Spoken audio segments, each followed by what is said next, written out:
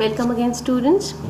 This is the second part of our second chapter, Long Walk to Freedom. In our first part, we have read about how he took an oath, where was the ceremony held. So let's begin with our second part. A few moments later, still Nelson Mandela was in the amphitheater where the ceremony was going on. A few moments later, we all lifted our eyes in awe of surprise and admiration as a spectacular array of South African jets, helicopters, and troop carriers rode in perfect formation over the Union buildings. Means the South African jets, helicopters, and troops, they were making a colorful and attractive and impressive display in the sky. It was not only a display of pinpoint precision and military force, but a demonstration of the military's loyalty to democracy. Means now the military also was abide by the rules set by the government, the new government. They were showing their loyalty towards the newly elected government. Only moments before, the highest generals of the South African Defence Force and Police, their chest bedecked with ribbons and medals from days gone by, saluted and pledged their loyalty. Only moments before, and before that colorful display in the sky by the jets and helicopters, before that the highest generals of the South African Defence Force and Police, who were decorated with ribbons and medals on from the days gone by, means they were wearing the medals on their you can say dresses, on their uniforms. They saluted me and pledged their loyalty. This is very important here. They saluted me and pledged their loyalty. Means the same generals of the army, of the police, who earlier they arrested Nelson Mandela when he was against the colonial rule, and the same generals and the same police officers were saluting him today because he had been elected the president of South Africa. Still, although he is still a black African, but now he has become the president. So they showed their loyalty to the president of South Africa.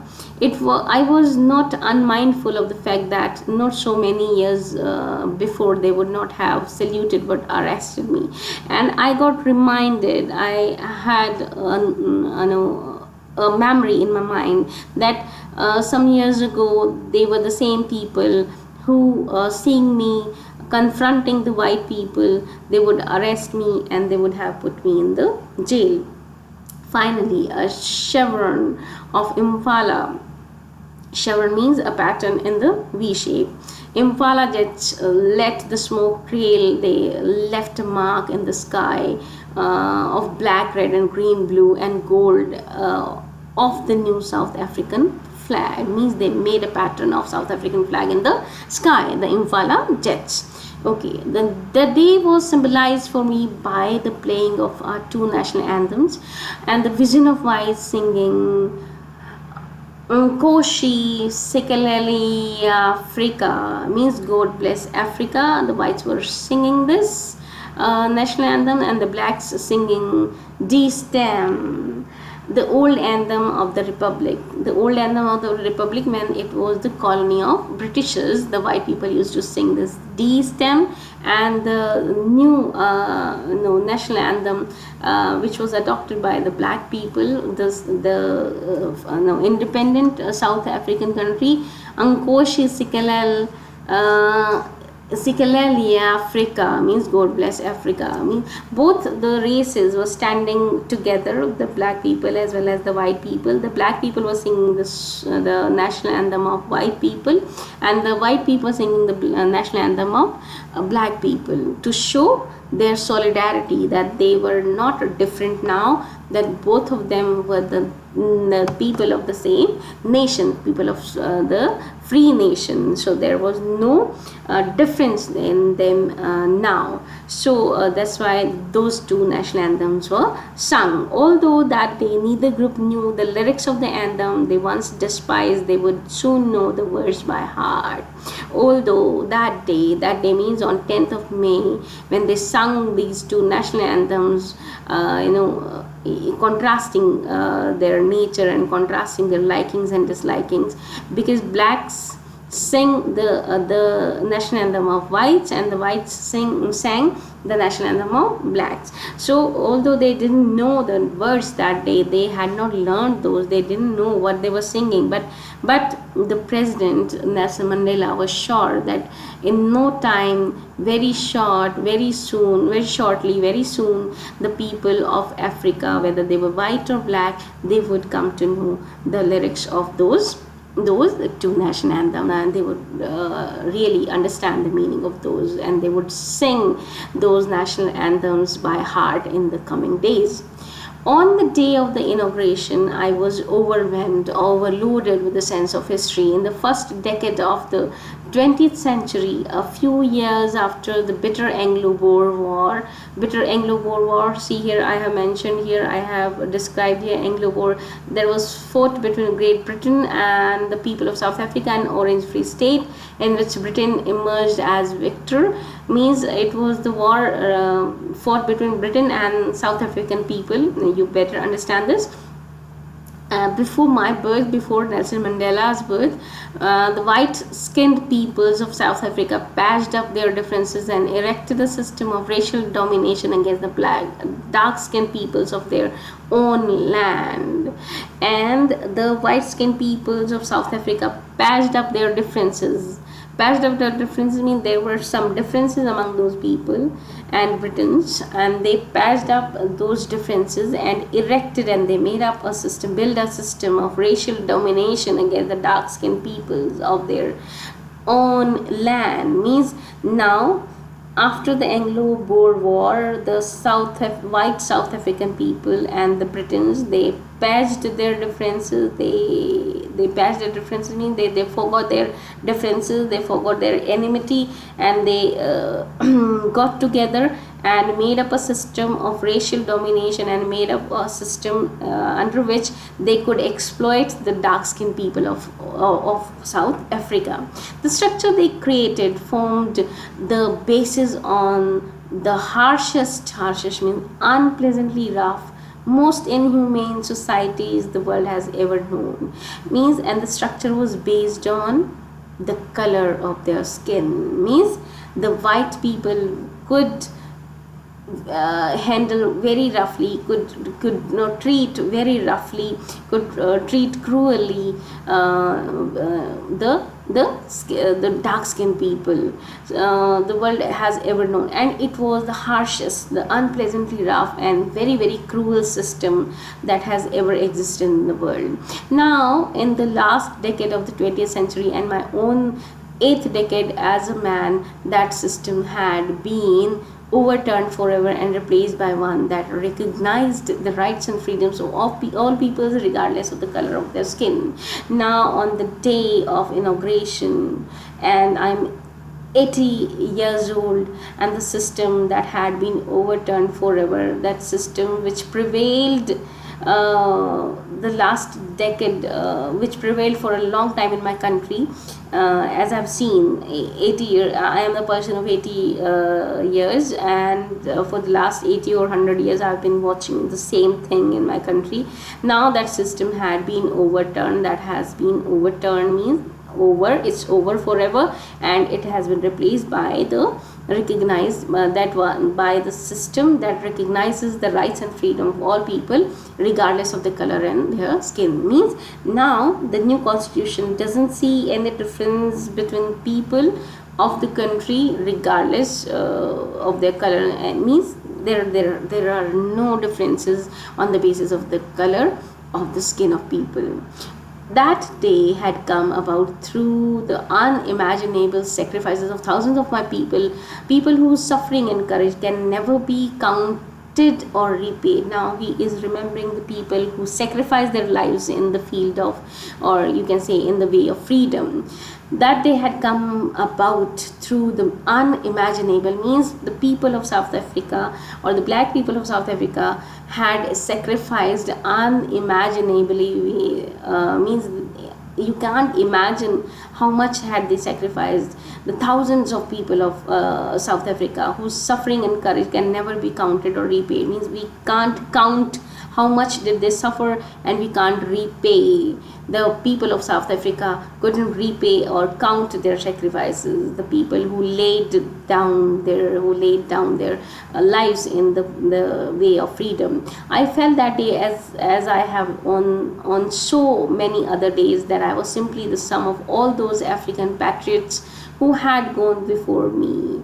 I was simply thinking that I was the sum. Sum means I had got all which they should have got, means it was a sum of all that all the patriots had made their sacrifices for, who had gone before me and who had laid their lives, who had sacrificed their lives before me.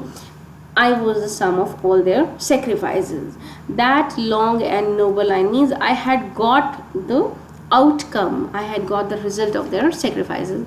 That long and noble line ended and now began again with me. That long and noble line ended, means many people lost their lives, and now began again with me.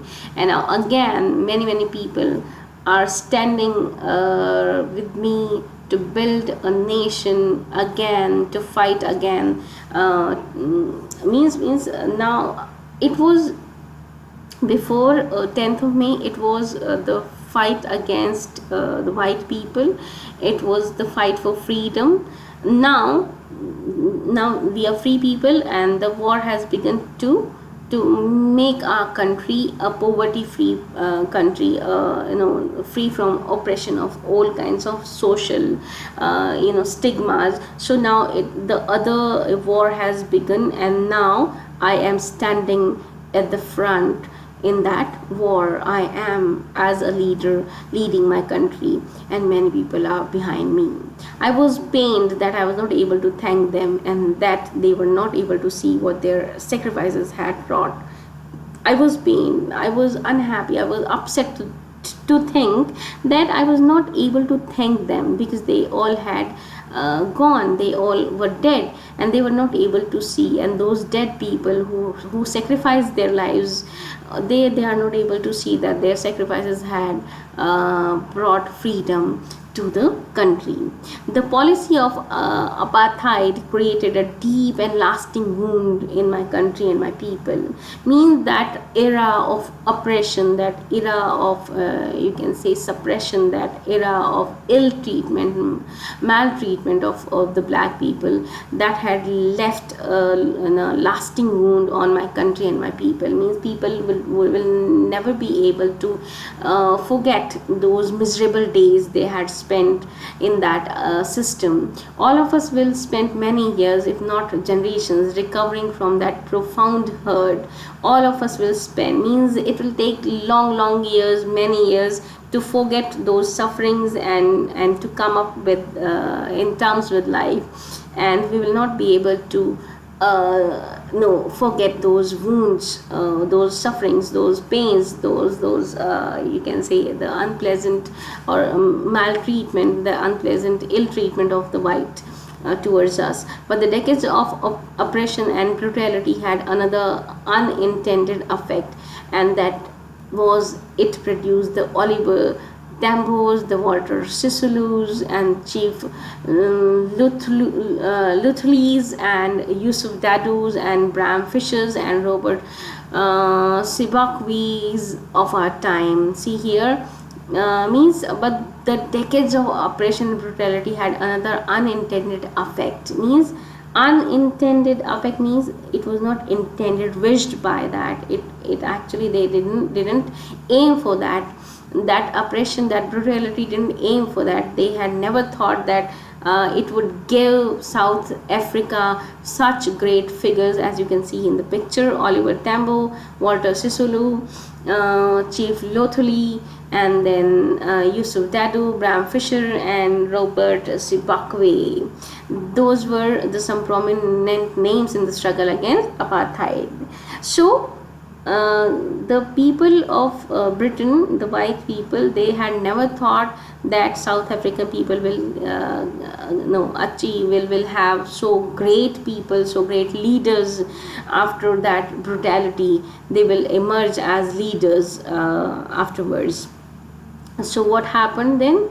See here, the men of such extraordinary courage, wisdom, and generosity that their like may never be known again. I mean, they were such a personality. They're such people. They never, they are not born easily. They were the outgrowth. They were the outcome of that oppression, that suffering. So we were lucky to have such great people among us. Perhaps it requires such depths of oppression to create such heights of character. Means that depth of oppression had created such great souls for our country. My country is rich in the minerals and gems that lie beneath its soil, but I have always known that its greatest wealth is its people, finer and truer than the purest diamonds.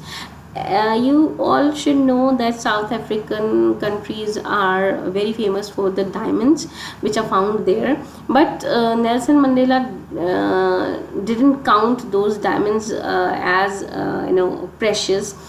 He counted the people, the great souls who were born there, who were the outcome of the oppression, and of course the common people of South Africa. He considered them finer and truer than the purest diamonds. It is from these comrades means the fellow members in the struggle, that I learned the meaning of courage. Time and again I have seen men and women risk and give their lives for an idea. Means these great people whose pictures you have seen here, these great people taught Mr. Nelson Mandela what was the actual meaning of courage. He had seen many men and women giving their lives, sacrificing their lives for an idea, for a principle, you can say for a thought. I mean to say here, the idea of freedom, the idea of equality, the idea of generosity. So many men and women had laid their lives in the path of truth. I have seen men stand up to attacks and torture without breaking, showing a strength of resilience that defies the imagination. I've seen men stand up. Stand up means hold up, to stand strong to attacks and torture without breaking. Means people would attack them, people would torture them, but they would keep on standing, bearing that torture without breaking, showing a strength and resilience. Resilience is the ability to deal with any kind of hardship and recover from its effects, and that defies the imagination. You can't even imagine how those those people stood strong against the inhuman treatment of theirs. So it was beyond imagination how the white people treated those people, and how they did not break. They kept on standing against that ill treatment, against that exploitation. You can't imagine. I learned that courage was not the absence of fear, but the triumph over it.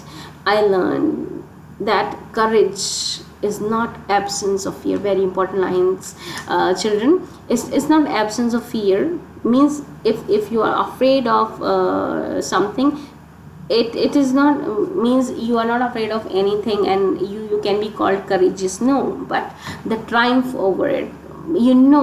That something is fearful, but still you are not afraid of that. That something is very very bad, you are going through you'll be under the knife. You will have to go through very hard situation in the life, and you are not afraid of that situation, you are not afraid of that exploitation. So knowing the outcomes, knowing the situation, and still you are ready to go through it, that means that is actual courage. The brave man is not he who does not feel afraid, but he who conquers that fear. Means if you are afraid of something, it doesn't mean that you are not brave, of course, but you know how to conquer that, how to come out like a victor out of that situation. Then only you'll be called a brave man. No one is born hating another person because of the color of his skin, or his background, or his religion. People must learn to hate, and if they can learn to hate, they can be taught to love. For love comes more naturally to human heart than its opposite. No one is born hating another person because of the color of skin. Means when we were born, we didn't know that we were black or white, so we couldn't hate anyone, or his background, and we were not aware of the background of people, from where do we belong, or from where the other people belong to, or his religion, or they belong to which religion, they have their principles set in which religion. People must learn to hate. Means people must learn to hate. They are taught how to hate, why to hate. And if they can learn to hate, and if people are taught, could be taught how to learn to hate, how to hate other people, they can be taught to love. So the similar process they can follow to love their fellow men. For love comes more naturally to the human heart than its opposite. Because if you want to hate someone, you have to learn how to hate. But love is a natural feeling that exists in every one of us, so it is more natural than hate. So people can be very easily taught how to love. Even in the grimmest times in prison, when my comrades and I were pushed to our limits. Pushed to our limits means they were forced to, you can say they were forced to, bother, or they were forced to just bear the very very harshest conditions.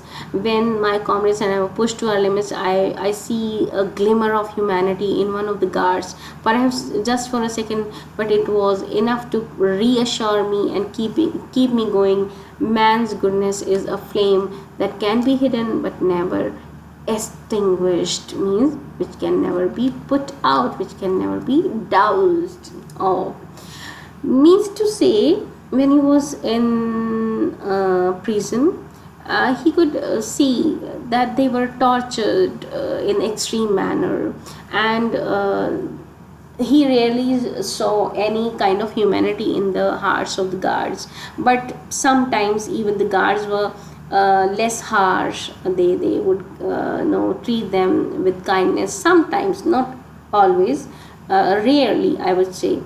So that those rare occasions made the idea, strengthen an idea in his mind that goodness is a flame that can be hidden but never be extinguished, which cannot be put out. Means you can't douse off that fire of goodness in the human heart. Means the human heart is always overwhelmed by the goodness. Means you can hide it for a while, but you can't just put it out as you put out the fire. Okay, let's do the comprehension check. What do the military generals do? How has their attitude changed, and why? They were bowing to him, they were saluting Nelson Mandela, and earlier those were the same generals who would have arrested Nelson Mandela for standing against the Britishers. Why were two national anthems sung? Just to show the solidarity, show the equality, that white and black were equals then, and there was no difference in their national anthems. Okay, question number 3. How does Mandela describe the systems of government in his country? in the first decade and in the final decade of the 20th century.